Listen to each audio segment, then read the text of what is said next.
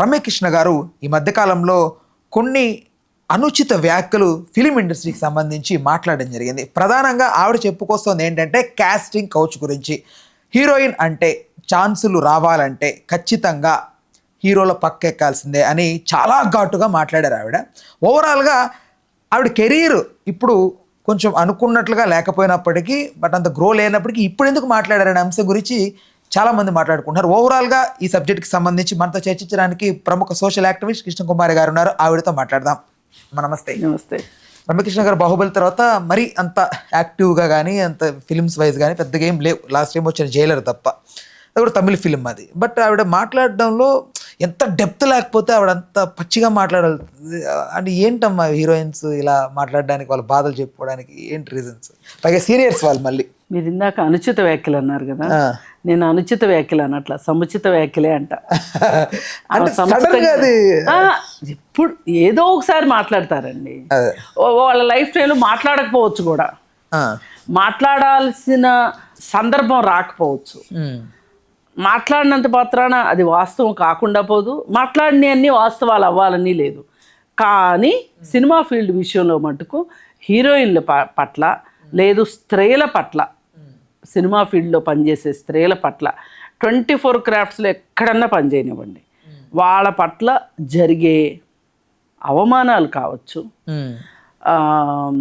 అవి కేవలం అన్నిసార్లు లైంగిక పరమైన ఇబ్బందులనే కాదు, వాళ్ళని మీకు తెలియదు, మీకు రాదు, మీ వల్ల కాదు అని వాళ్ళని కుంగుబాటుకి గురి చేసే, అంటే వాళ్ళని కిందకి నెట్టే ప్రయత్నాలు కావచ్చు, మానసికంగా ఇబ్బంది పెట్టడాలు కావచ్చు, కెరీర్లో పైకి రావాల్సినంత రానివ్వకపోవటం కావచ్చు, ఇలాంటివన్నీ సమస్యలు ఉన్నాయి.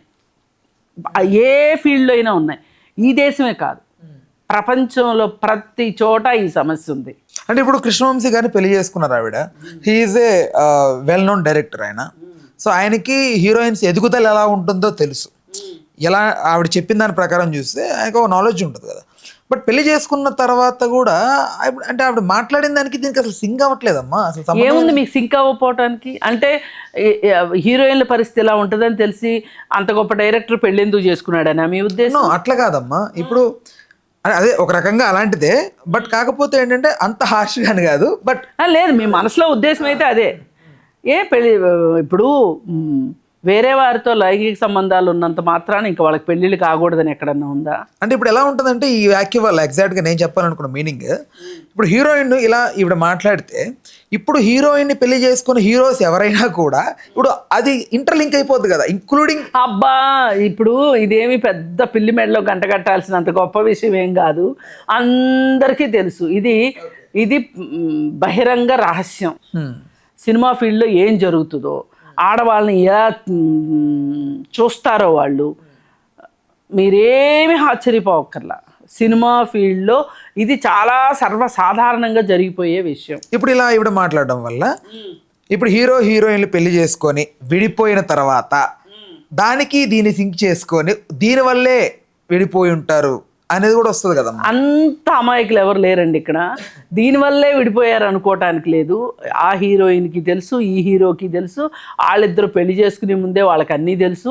పెళ్లి చేసుకున్నాక విడిపోవటానికి ఆయనకి వేరే వాళ్ళతోటి రిలేషన్ కావాలనిపించి ఈ బంధాన్ని విడదీసుకోవచ్చు. ఇప్పుడు జయం రవి ఉన్నారు, ఆయన ఎందుకు విడిపోవాలనుకుంటున్నాడు? 40 లక్షలు అడుగుతుందంట కదా. అవును, నెలకు 40 లక్షలు అడుగుతుంది. ఎందుకు ఇవ్వకూడదు? ఎందుకు ఇవ్వాలమ్మా 40 అంటే? అసలు ఇప్పుడు ఏ భార్య భర్త అయినా సరే, అంటే ఏ పెళ్లి చేసుకోబోయే వాళ్ళైనా సరే, ఇది రేపే విడిపోతాము, లేదు 3 నెలల తర్వాత విడిపోతాము, 6 నెలలు విడిపోతాము అని ఏమైనా కాంట్రాక్ట్ మ్యారేజ్లు చేసుకుంటారా? ఎందుకు పిల్లల్ని కన్న తర్వాత నీకు ఇంకొక మనిషి దొరికినట్లుగా ఈ పిల్లల తల్లికి ఇంకొకరు దొరుకుతారా? అసలు మీకు మీ జీవితాల్లో ఇంకొక మహిళ అవసరం మీకు ఎందుకు వచ్చింది అంటే ఏంటి చెప్తారు? చెప్పండి సమాధానం. అంటే ఇప్పుడు ఒకటి, జయం రవి వేరే మహిళతోటి రిలేషన్ కావాలనుకునే ఈమెను వదులుకుంటున్నాడు. ఆవిడ నుంచి తప్పే లేదంటారా? బట్ తమిళనాడులో వినపడుతున్న తప్పు ఏంటంటే ఈవిడ ఏదో ఇల్లీగల్ అఫైర్ వల్ల ఇట్లా జరిగింది అనేది ఒక కాంట్రవర్సీ నడుస్తుందంట. అవునండి, ఆ ఎఫ్ఐఆర్ కోర్టుకు చెప్పుకుంటే నేను నేను విడిపోయాను, ఎందుకే నేను విడాకులు కావాలనుకుంటున్నాను, అలాంటి ఆమెకు నేను ఇప్పుడు కొన్ని కేసుల్లో ఏం చెప్తున్నారు, చదువుకున్న వాళ్ళకి ఎందుకు ఇవ్వాలి మెయింటెనెన్స్ అని జడ్జి అడుగుతున్నారు డైరెక్ట్. నేను ఇప్పుడు అనడం కూడా దాని రీజన్ అదేనమ్మా. చదువుకున్నావు కదా, నువ్వు పని చేసుకోవచ్చు కదా, ఈ బిడ్డకు కావాలంటే మెయింటెనెన్స్ ఇస్తాం కానీ నీకెందుకు ఇస్తాము అని అడుగుతున్నారు. కానీ నేనేమంటున్నాను అంటే వాళ్ళు చదువుకున్న వాళ్ళు అయ్యుండి వాళ్ళ కెరీర్ ఈ పెళ్లి వల్ల నాశనం కాకపోతే, ఆమె జాబ్ చేస్తూ ఉంటే కేవలం బిడ్డకు మాత్రమే మెయింటెనెన్స్ ఇస్తామనే జడ్జిలు కూడా ఉన్నారు. కానీ నేను అడుగుతున్నా, ఈరోజు పెళ్లి చేసుకుని బిడ్డల్ని కన్నిన తర్వాత నువ్వు వేరే ఆమె ఇష్టపడి నువ్వు వెళ్ళిపోతే ఈ బిడ్డలకు తండ్రి ఎక్కడి నుంచి వస్తాడు? ఇప్పుడు 40 లక్షలు ఇస్తావేమో నువ్వు, ఓకే, ఇవ్వకపోతే కుదరదు అని కోర్టు అంటే ఇస్తావేమో, నీ దగ్గర ఇవ్వగలిగినంత కెపాసిటీ ఉంది. ఎక్కడమ్మా పాపం, సంవత్సరానికి ఒక సినిమా రెమ్యునరేషన్ 40 కోట్లు కూడా లేదు. ఇప్పుడు ఇమ్మనగానే ఈమె అడగటానికి బేస్ ఏమి ఉండాలో తెలుసా? అతను ఐటీ రిటర్న్స్ ఉంటాయి, అతనికి ఉన్న స్థిర చరాస్తులను బట్టి ఏం అడుగుతుంది, ఒట్టిగా గాల్లో అడగరు. ఇప్పుడు ఒక నెలకు 25,000 సంపాదించే ఒక ఎంప్లాయీ ఉన్నాడు అనుకోండి, ఈ ఎంప్లాయీకి కోర్టు ఎంత ఇమ్మని చెప్తుంది అనుకుంటున్నారు మీరు? ఎంత ఇమ్మని చెప్తుంది అనుకుంటున్నారు? ఒక 7-8 వేలు 10,000 ఇమ్మని చెప్తుంది. ఎందుకు? ఆమెకు విత్ చిల్డ్రన్ అయితే, పిల్లలు కూడా ఉంటే, పిల్లల్ని ఆవిడే సంరక్షించుకునే పరిస్థితి ఉంటే గనక అంత ఇమ్మని చెప్తుంది. అంతేగాని అతనికి 25,000 వస్తుంటే 25,000 ఆవిడకే ఇచ్చి ఈడేం గడ్డి తింటాడని కోర్టులేమో అంత మరీ గుడ్డిగా ఉండవు. ఇప్పుడు ఈవిడ వల్ల జేమ్ రవి నష్టపోయి ఉంటే ఎలా అమ్మ మరి? అది నిరూపించుకోవాలి. ఇప్పుడు క్లియర్ కట్గా నాకు విడాకులు కావాలి అని అతను వెళ్ళాడు, ఆమె వెళ్ళలేదు. ఎందుకు? ఈ బంధాన్ని వదిలించుకొని ఇంకొక బంధాన్ని తగిలించుకోవాలనుకుంటున్నాడు కాబట్టి. అంటే అతను తనకి సిచ్యువేషన్ తనకు అనుకూలంగా మార్చుకోవాలనుకుంటున్నాడు ఈ విడాకుల ద్వారా. తనకు ఒక లాభం ఉంది కాబట్టి ఇంకొక రిలేషన్ కోసం అనుకుంటున్నాడు. అది ఇక్కడ ఇబ్బంది. అందుకు అమ్మాయి అడుగుతుంది 40 లక్షలు ఇమ్మని. 40 లక్షలు ఇమ్మనగానే 40 లక్షలు ఏం కోర్టు గ్రాంట్ చేయదండి. ఇప్పుడు ఈమె 10 లక్షలు అడిగింది అనుకోండి, ఏ 2 లక్షలు ఇస్తారు. అందుకోసం అని చెప్పి ఏంటంటే ఆమె 40 లక్షలు అడిగితే ఓ 10 లక్షలు ఇస్తారేమో. సరే, బ్యాక్ టు రమ్యకృష్ణ ఇష్యూకి వస్తే, ఇప్పుడు రమ్యకృష్ణ గారికి సంబంధించి అంటే ఇప్పటి నుంచో వినపడుతున్న కొన్ని మాటలు ఏంటంటే, ఒక పెద్ద డైరెక్టర్, ఫిలిం ఇండస్ట్రీలో ఒక పెద్ద డైరెక్టర్, ఆవిడ ఇంట్రడ్యూస్ చేసిన డైరెక్టరో లేకపోతే ఆవిడ కెరీర్ని బిల్డ్ చేసిన డైరెక్టర్, వాట్ ఎవర్, ఏదో కొన్ని రూమర్స్ నడిచాయి ఆ టైంలో అని చాలామంది మాట్లాడుతూ ఉంటారమ్మా. అంటే దాన్ని ఉద్దేశించే కృష్ణవంశీ గారు ఫిలిం చేశారనేవి కూడా కొన్ని వార్తలు వినపడ్డాయి. ఒకటండి, ఆ డైరెక్టర్ కోసమే చేశాడని కాదు, ఏ డైరెక్టర్ అన్నా అదే చేస్తాడు. చెయ్యని వాళ్ళు తక్కువ మంది ఉంటారు, చేసేవాళ్ళు ఎక్కువ మంది ఉంటారు. కాబట్టి సినిమా ఇండస్ట్రీలో కాస్టింగ్ కౌచ్ ఉంది అని చెప్పి చెప్పటంలో ఉద్దేశం అది. అదేమంటే వాళ్ళు సినిమా ఫీల్డ్ వాళ్ళు అంటారు, మా ఫీల్డ్ మీద పడే ఎందుకు ఏడుస్తారు, ఎక్కడ లేదు ఫేవరెటిజాలు, ఇవన్నీ ఆఫీసుల్లో కూడా ఫేవరెటిజాలు ఉంటాయి కదా. ఒక మేనేజర్ అంటాడు, నువ్వు నాతో ఉంటేనే నేను నీకు ప్రమోషన్ ఇస్తానో లేకపోతే నీకు పని తక్కువ ఇస్తానో, అలాగే తన మాట వినకపోతే ఎక్కువ హెరాస్మెంట్ గురి చేసి పని ఎక్కువ చెప్తాడని, ఇవన్నీ అందరూ మాట్లాడతారు. అందుకే కదా పని ప్రదేశాల్లో లైంగిక వేధింపుల నిరోధక చట్టం వచ్చింది 2013లో. ఊరికే రావు చట్టాలు, గాల్లోంచి ఊడిపడవు. చాలా మంది నష్టపడితే, కష్టపడితే, పోరాడితే చట్టాలు వస్తాయి. అదే చట్టాలు మేము సినిమా ఇండస్ట్రీలో కూడా కావాలని అడుగుతున్నాం. ఎందుకు అడుగుతున్నాం అంటే ఇందుకే. ఇప్పుడు ఊరికే చెప్పుద్ది ఏంటి రమ్యకృష్ణ.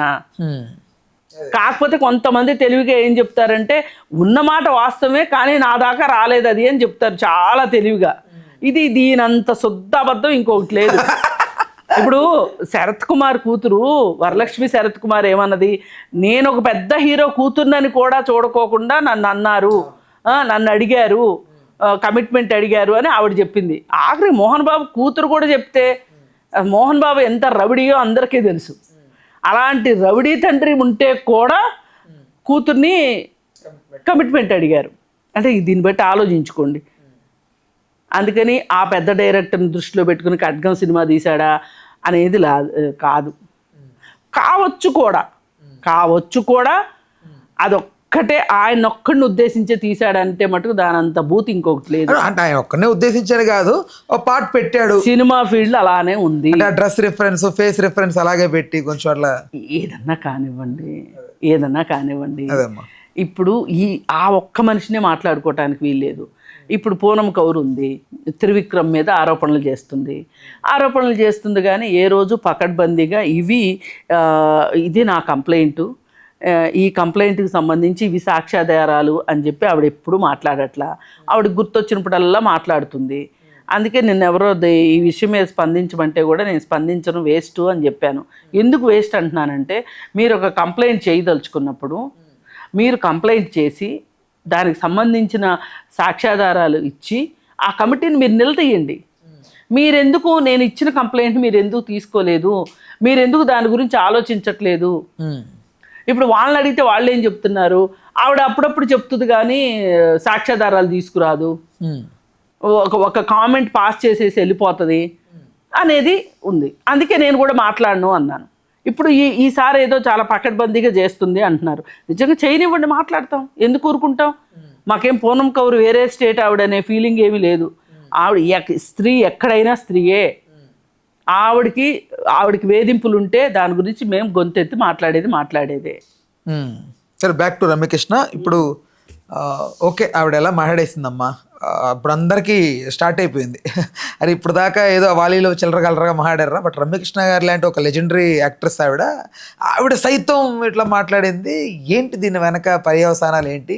ఇండస్ట్రీ అంటే ఇంత వల్గర్గా ఉంటుందా ఇలాంటి సిచ్యువేషన్సా అని చాలామంది ఒపీనియన్ చేంజ్ అవుతుంది. ఏమి అమాయక చక్రవర్తుల్లో ఆలోచించక్కర్లేదండి. ఇవన్నీ ఎప్పటి నుంచో ఉన్నవే, ఎప్పటి నుంచో మాట్లాడుతున్నవే. రీసెంట్గా సృష్టి వర్మ ఉంది, కొరియోగ్రాఫర్ మీద వేసింది. వేస్తే మరి ఆ అమ్మాయి స్ట్రాంగ్గా మాట్లాడుతుంది ఈ రోజుకి. పైగా ఆ అమ్మాయిని కొంగదీయటానికి ఆ అమ్మాయి మీద 2 కేసులు వేశారు వీళ్ళు అతి తెలివితోటి. ఒకటేమో ఆమె కంటే చిన్నవాడితోటి ఆమె ఏదో వేధింపులు చేసింది అని చెప్పి పోక్సో కేసు పెట్టాలని చెప్పి పెట్టారు. ఇంకొకటేమో ఆమె పేరు మీద ఒక దొంగ ఐడి క్రియేట్ చేసి ఆ ఐడి తోటి ఆమె ఇలా ఒక స్టేట్మెంట్ పాస్ చేసింది అని చెప్పి, అంటే ఒక పోస్ట్ పెట్టింది అని చెప్పి ఇంకొకళ్ళు ఎవరో కేసు పెట్టారు. అయితే ఇక్కడ అమ్మ, ఒకవేళ అది దొంగ అకౌంట్ అయితే వీళ్ళు పోలీసుల దగ్గరికి వెళ్తే అక్కడ సైబర్ రిలేటెడ్గా ఉన్న వాళ్ళు చెక్ చేస్తే ఈఎంఐకి సంబంధించిన డీటెయిల్స్ ఇవ్వడం ద్వారా అకౌంట్ క్రియేట్ అయిందా, లేకపోతే ఎవరో ఫేక్ అకౌంట్ క్రియేట్ చేశారని అక్కడ తెలిసిపోద్ది. అప్పుడు ఆటోమేటిక్గా కేసు నిలబడదు కదా. ఇది తెలియకుండా లాజిక్ వీళ్ళు వెళ్ళిపోయారంటారు. ఇప్పుడు అట్లా కాదు, ఇప్పుడు ఆ అమ్మాయిని డౌన్ చేయాలి. మేము నీ పైన మేము చేసేది మేము చేస్తున్నాము, మేమేమి నీ సంగతి ఏమి వదిలిపెట్టలేదు, నీ అంతు చూస్తాము అనేది ఆ అమ్మాయికి మెసేజ్ మీద మెసేజ్ ఇస్తున్నారు. అంతకంటే వేరే ఏమీ లేదు. ఇప్పుడు అసలు ఆ అమ్మాయి పనిగట్టుకుని ఇవాళ గాంధీ నెహ్రూల గురించి మాట్లాడాల్సిన అవసరం అమ్మాయికి ఏముంటుంది? అంటే ఈ మధ్య స్టార్స్ అందరూ కూడా అదొక ఫ్యాషన్గా పెట్టుకున్నారు కదా. ఫ్యాషన్గా పెట్టుకున్న సృష్టి వర్మకి ఆమె ఇప్పుడు ఆమె లోతు ఏంటో ఆమెకు అర్థం కాక, ఆమె భవిష్యత్తు ఏంటో అర్థం కాక ఆమె బాధలో ఆమె ఉంది. ఆమె క్లియర్గా చెప్తుంది, నన్ను బెదిరించడానికి ఇట్లాంటి కేసులు పెడుతున్నారు అని చెప్పి. అందుకని మరి సృష్టి వర్మ ఇచ్చిన కంప్లైంట్ ఏదైతే ఉందో, అతని మీద ఇచ్చిన కంప్లైంట్ ఆమె ఎంత పకడ్బందీగా ఇచ్చింది, సాక్ష్యాధారాలతో సహా చక్కగా ఇచ్చింది. అందుకే అతను హైకోర్టులో సహజ న్యాయ సూత్రాల వల్ల బెయిల్ వచ్చింది తప్పితే అతని మెరిట్ వల్ల, అతను కేసు మెరిట్ వల్ల రాలా. ఇంకా ఇవ్వాల్సిందే, తప్పదు. రైట్. 90 రోజుల లోపల, 60 రోజుల లోపల, అంతకంటే ఎక్కువ ఉంచడానికి వీల్లేదు. దానికి ఇంకా ఎనెక్సర్ కేసులు పడకపోతే గనక వీళ్ళకి బెయిల్ ఇవ్వాల్సిందే, ఎంతటి వాళ్ళకైనా ఇవ్వాల్సిందే 90 డేస్లో. లేదా కేసు మీద కేసు, పీటీ వారెంట్లతోటి మళ్ళీ కేసు మీద కేసు పడితే చెప్పలేం, కానీ లేదు అంటే ఇచ్చేయాల్సిందే కదా. ఆ విధంగా అతనికి బెయిల్ వచ్చింది. రైట్. ఓవరాల్గా అయితే ఈ రమ్యకృష్ణ గారికి సంబంధించి ఇంతే అంటారు. ఖచ్చితం, అది వాస్తవం. ఈ రోజుకు మాట్లాడగలిగింది ఆవిడ. నాకు ఈ సినిమా ఫీల్డ్లో నాకు ఉంటే అంత ఊడితే అంత నాకు ఇంతకంటే నష్టమేం జరుగుతుంది, ఇంతకంటే లాభం ఏం జరుగుతుంది అనుకుంది. ఆమె హైట్స్ చూసింది ఫీల్డ్లో.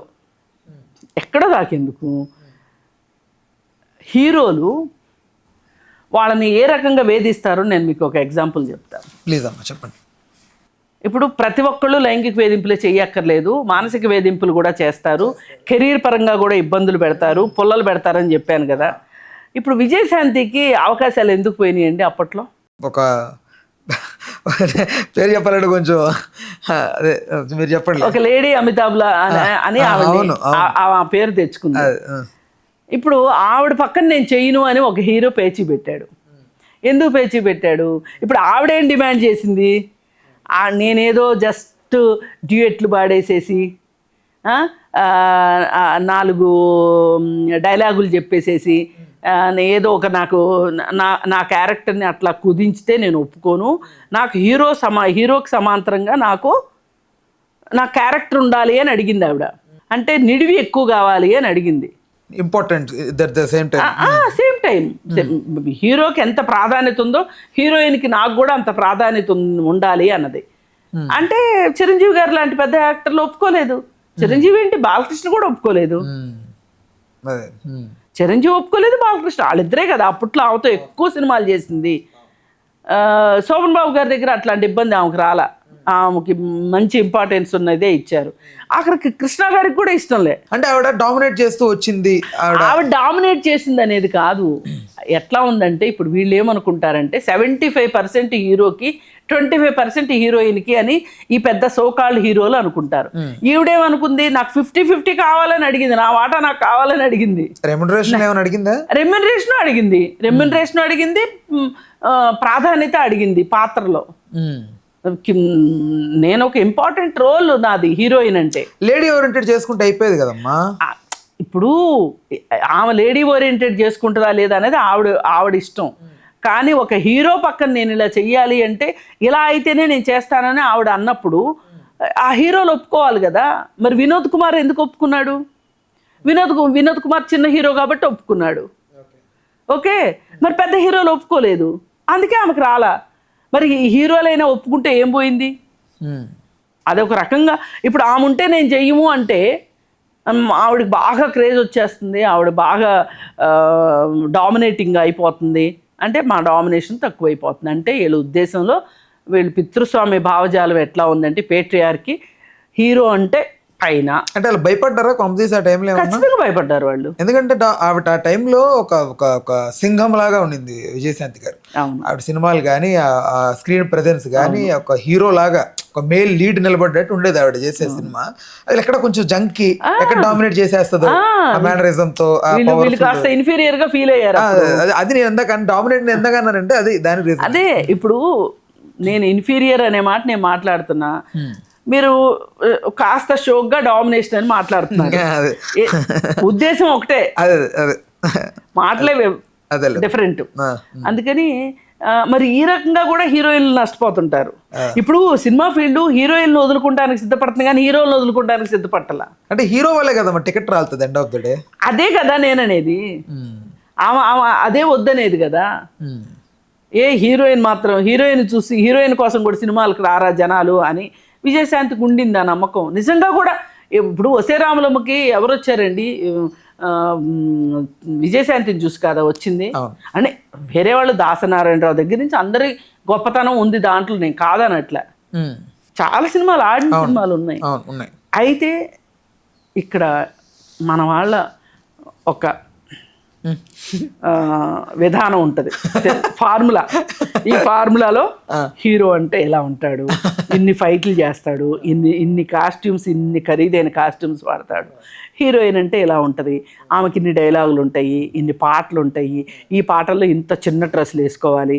ఇప్పుడు ఈవిడ మంచు పర్వతాల్లో కూడా హీరో గారేమో ఒళ్ళంతా బట్టలు వేసుకుంటాడు, హీరోయిన్కి ఏమో బట్టలు తక్కువ వేస్తారు. పాపం ఆమెకు చలి పుట్టదో ఏంటో నాకు తెలియదు. మరి ఇవన్నిటినీ ఎవరన్నా ఒక హీరోయిన్ క్వశ్చన్ చేసింది అనుకోండి, అమ్మ ఎందుకమ్మా ఇంటికి వెళ్ళి చక్కగా పెళ్లి చేసుకుని పిల్లల గంట ఇంట్లో ఉండమ్మా, నీకు సినిమా ఫీల్డ్ ఎందుకని చెప్తారు సింపుల్గా. పైగా ఇంకొకటి దుస్థితి ఏంటి అంటే, ఈ సినిమా ఫంక్షన్లు జరుగుతూ ఉంటాయి కదా, ఈ సినిమా ఫంక్షన్లకి చిన్న చిన్న బట్టలు వేసుకుని వచ్చి హీరోయిన్లు చాలా ఇబ్బంది పడతా కూర్చుంటారు కుర్చీలో. అంటే బాధ దేనికి మీకు? ఇంటికాడ మంచి రెడీ చేసి రావచ్చు కదా.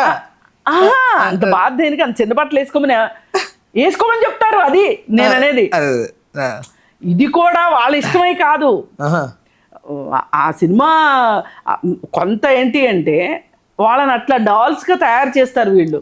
ఏంటి నువ్వు చెప్పేయాలి ఏమని, నేను ఏ బట్టలు వేసుకుంటానికైనా సిద్ధమే, నాకు పాత్ర ఏది ఇచ్చినా నాకు పర్వాలేదు, నేను హీరోయిన్ని అని టైటిల్స్లో పడితే చాలు నాకు.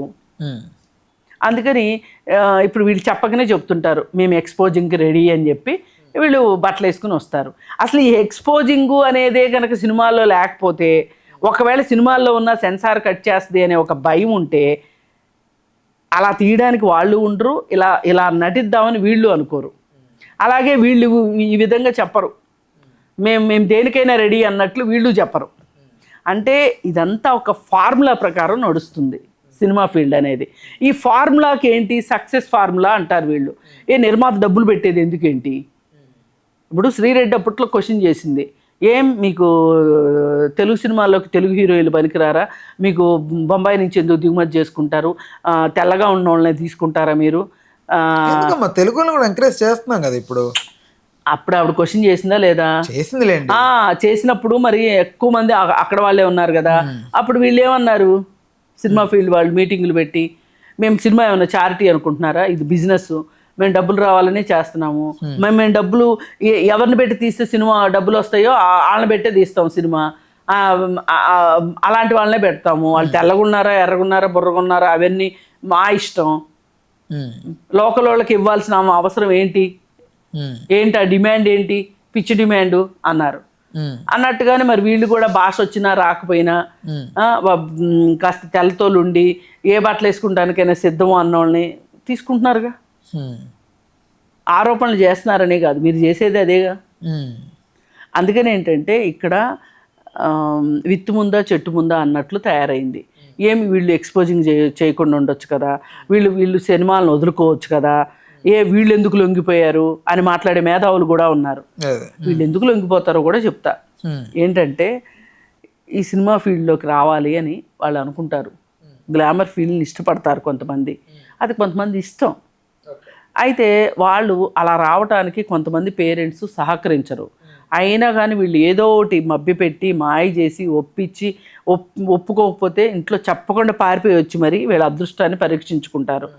వీళ్ళు వచ్చినప్పుడు స్టార్టింగ్లో మేము అబ్బో నికార్స్గా ఉంటాము, మేము ఆడేవాడు ఇట్లా చెయ్యేస్తే కూడా ఒప్పుకోము అది ఇది అని అన్నవాళ్ళే వీళ్ళే అర్పించుకుంటానికి తయారవుతారు. ఏంటి రీజను అంటే అలాంటి పరిస్థితిని వాళ్ళు కల్పిస్తారు. ఓకే, ఇది మీరు ఇలా ఉంటేనే మీకు ఛాన్స్ అంటారు. అంటే ఫస్ట్ మానసికంగా టార్గెట్ చేసి తర్వాత శారీరకంగా వాళ్ళంతటా వాళ్ళే వచ్చేలాగా చేసుకుంటారు. లేదు అనుకుంటే ముందే ఇదైనా చెప్తారు, మీరు వస్తేనే, మీరు రాకపోతే కుదరదు అని చెప్తే మారితే బాగుండమ్మా. మారాలి, ఖచ్చితంగా మారాలి. అందుకే కదా మేము కాస్టింగ్ కౌచ్కి వ్యతిరేకంగా ఇంత పోరాటం చేసింది, మీటూకి ఇంత ప్రాచుర్యం వచ్చింది కూడా అదే కదా. పైగా ఇంకొకటి ఏంటి అంటే ఎవరి మీదైనా ఏదన్నా మాట్లాడితే ఇండస్ట్రీలో 3 నిమిషాల్లో తెలిసిపోతుంది. తెలిసిపోతే ఇంకెవ్వరూ వాళ్ళని పిలవరు. Okay, these are problematic people అంటారు సింపుల్గా. సమస్యాత్మకమైన మనుషులు అంటారు వీళ్ళని. వీళ్ళని దగ్గర రానివ్వరు. ఓకే, వీళ్ళేమో ఏమైనా సరే సినిమాలో నటించాలి అని వస్తారు. వచ్చిన తర్వాత ఇక్కడ పరిస్థితులు చూసిన తర్వాత ఈ పరిస్థితులకి వీళ్ళు సకంబైపోతారు అంతే. ఇంకా వాళ్ళకి వేరే దారి ఉండదు. ఇప్పుడు చదువుకునే వాళ్ళు చదువు వదిలేసి వస్తారు.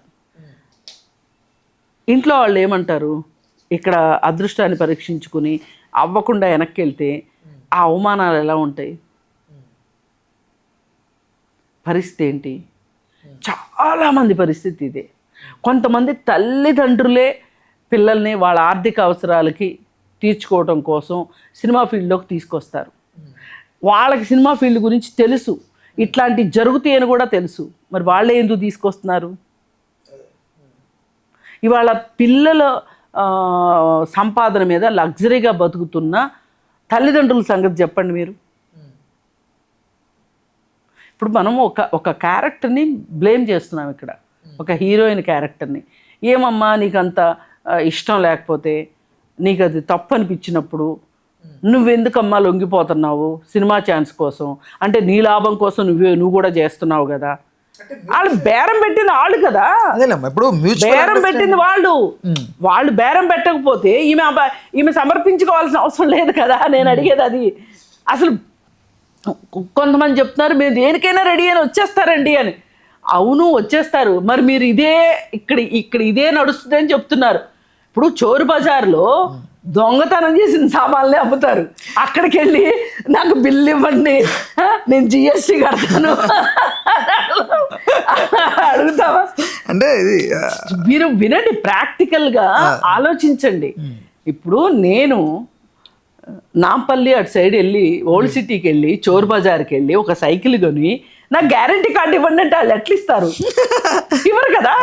మరి మీరు ఇదే ఇక్కడ ప్యాటర్న్ ఇదే అని చెప్పి మీరు డిసైడ్ చేసేసిన తర్వాత వాళ్ళు ఆ ప్యాటర్న్కి వ్యతిరేకంగా ఉంటే మీరు ఒప్పుకుంటారా? మీరు అవకాశం ఇస్తారా? మీరు ఇవ్వరు. అంటే ఇక్కడ చెప్పొచ్చు లేదు, ఒక చిన్న లైఫ్ ఎక్స్పీరియన్స్ నాకే జరిగింది. నేను ఒక పెద్ద దగ్గర పనిచేసేటప్పుడు 3 years బ్యాక్ ఒక ఇద్దరు అడిగారు, సార్ మేము పర్లేదు సార్ మా అక్క సిస్టర్స్ వాళ్ళిద్దరు వచ్చి, అప్పుడు మనం ఉన్న పొజిషన్లో కొంచెం ఈయన దగ్గరికి వెళ్తే మనం ట్రై చేయొచ్చు అనే ఫీలింగ్లో మనకు అంత తెలుసు నాకు ఇంటర్నల్గా. బట్ వాళ్ళు మాట్లాడుతుంటే నాకు వెంటనే అసలు ఏం అర్థం కాలే. పాపం వీళ్ళు ఇంత పిచ్చి ఇంత ప్యాషన్తో నన్నే సార్ పర్లేదు సార్ మేము అంటే వద్దమ్మా అంత వద్దు మనకు సెట్గా ఇవన్నీ అని చెప్పి హ్యాపీగా ర్యాపిడో బుక్ చేసి ఇద్దరు ఆటోకి పంపించేసింది. నేను నా లైఫ్ ఎక్స్పీరియన్స్ అంటే ఆడపిల్లలు చేయడానికి ఆ కుతూహలంతో వాళ్ళు ఎంత చూడండి వాళ్ళు కూడా. అవును, అసలు సొంత తల్లి సినిమా ఆఫీసుల చుట్టూ చదువుకోవాల్సిన పిల్లని రకరకాల భంగిమల్లో ఫోటోలు తీసి ఆల్బమ్ తయారు చేసి సినిమా ఆఫీసుల చుట్టూ సొంత తల్లే తీసుకెళ్తుంది అంటే ఆ తల్లికి ఆ మాత్రం తెలియదు ఇక్కడ ఏం జరుగుతుందో. నేనేమంటున్నా అంటే ఇక్కడ వచ్చిన తల్లిని తప్పు పడుతున్నానని కాదు, ఇక్కడ ఈ సిస్టమ్ని ఈ విధంగా దరిద్రం చేసి పెట్టారే వీళ్ళు. అదొక ఆల్రెడీ పాతుకుపోయిన వాళ్ళు ఆనవాయితీలాగా చేసేసారు కదా, తప్పు వీళ్ళదు కదా, వాళ్ళని అంటాం ఎట్లా? మనము ఒక మ్యూచువల్ అండర్స్టాండింగ్తో వెళ్తే వేరమ్మా, పరస్పరం ఇష్టపడి అది వేరు. బట్ ఆశ చూపెట్టి కడుపు నింపుతానని చెప్పి కడుపు మీద కొట్టడం అది ఎంత, అదే వీళ్ళు చేసేదే అది. వీళ్ళు అలా చేసి ఇప్పుడు ఎక్కడ దాకా ఎందుకండి,